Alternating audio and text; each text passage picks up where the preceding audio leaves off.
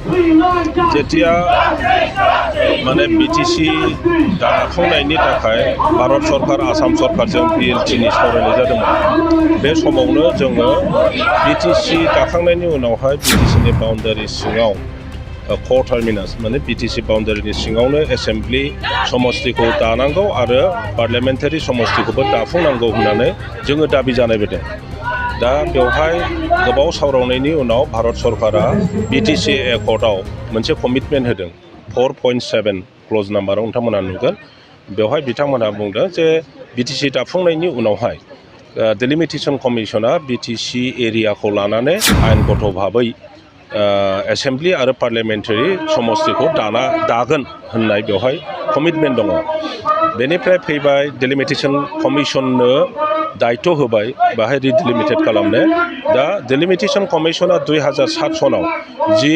Draft notification होदोंमोन बेवहाय बिथांमोनहा बै स्पिरिटजोंनो क'क्राझार आरो उदालगुरि मोननै समस्ति बानायनानै होदोंमोन नाथाय बे बन्द जानायनि उनावहाय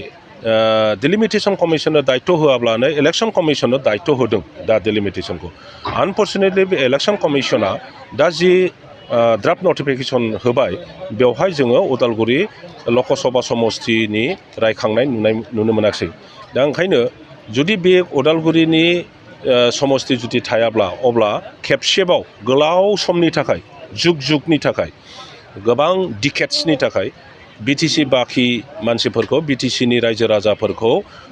गावनि राजनैतिक अधिकारनिफ्राय गणतान्त्रिक अधिकारनिफ्राय सांबिधानिक अधिकारनिफ्राय बन्सित खालामगोन आरो जोंनि मानसिया जोंनि जि राजनैतिक अधिकार बेखौ लानानैनो समाज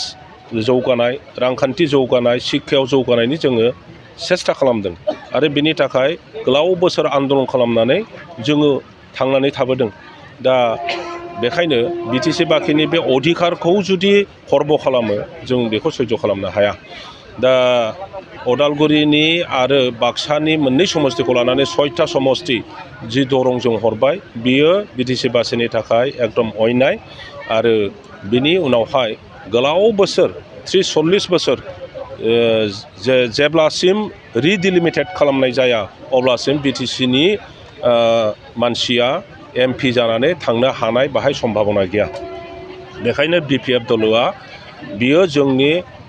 गणतान्त्रिक अधिकार बियो जोंनि भारत सरकारनि बीटीसी एकर्डआव कमिटमेन्ट होनायनि अधिकार बियो जोंनि सांबिधानिक अधिकार बेखौ लानानैनो जों दा समग्र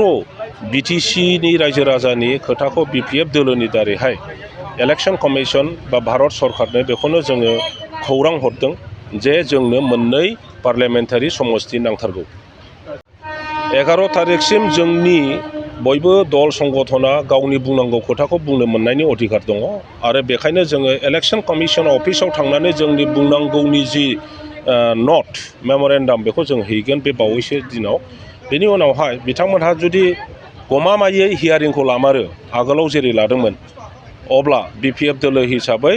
जोङो जरदारै मोननै पार्लियामेन्टारि समस्ति जानांगौनि खोथाखौनो जोङो प्लेस खालामगोन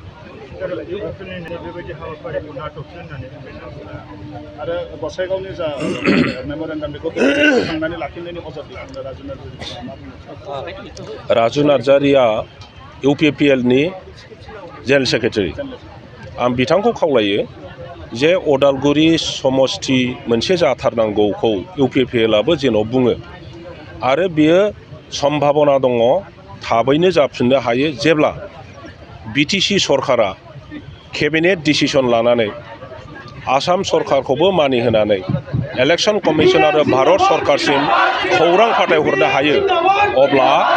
बियो सम्भब जायो आरो केबिनेट डिसिसनल' नङा बिथांमोनहा इमिडियेट बीटीसीनि एसेम्ब्लि लिंनानै बे एसेम्ब्लियाव डिसिसन लानांगौ आरो बेवहाय जोंनि बिपिएफनि जेसेबां मेम्बार दं जोंबो इउपिपिएलजों खौसेयैनो सिद्धान्त लाफागोन आरो बेखौनो भारत सरकार इलेक्सन कमिसननो जुदि फाथायहरो बिथांमोनहा बाध्य जागोन आङो Raju Narzary general secretary UPPL बिथांखौ खावलायो जेन' बे खामानिखौ इमिडियेटलि मावो जौ लोंनानै मेमरेन्डाम बिथांमोननि दृष्टिभंगि बिथांमोननि साननाय हनाया बेसेबां नेगेटिभ बेखौ बिथाङा गावनि खुगानि रावजों बेखौ माने प्रुफसो खालामदों। 2023-24 सोलोंथाइ बोसोरनि थाखाय गोदान मुं थिसननाय लानानै फैदों डन बस्क' डिग्री कलेज साफागुरिया। देग्लायनिफ्राय डन बस्क' डिग्री कलेज साफागुरियाव बेचलर अफ आर्ट्स एबा BA नि सेथि सेमिस्टारनि गोदानै मुं थिसननाया दायो सोलिगासिनो दं।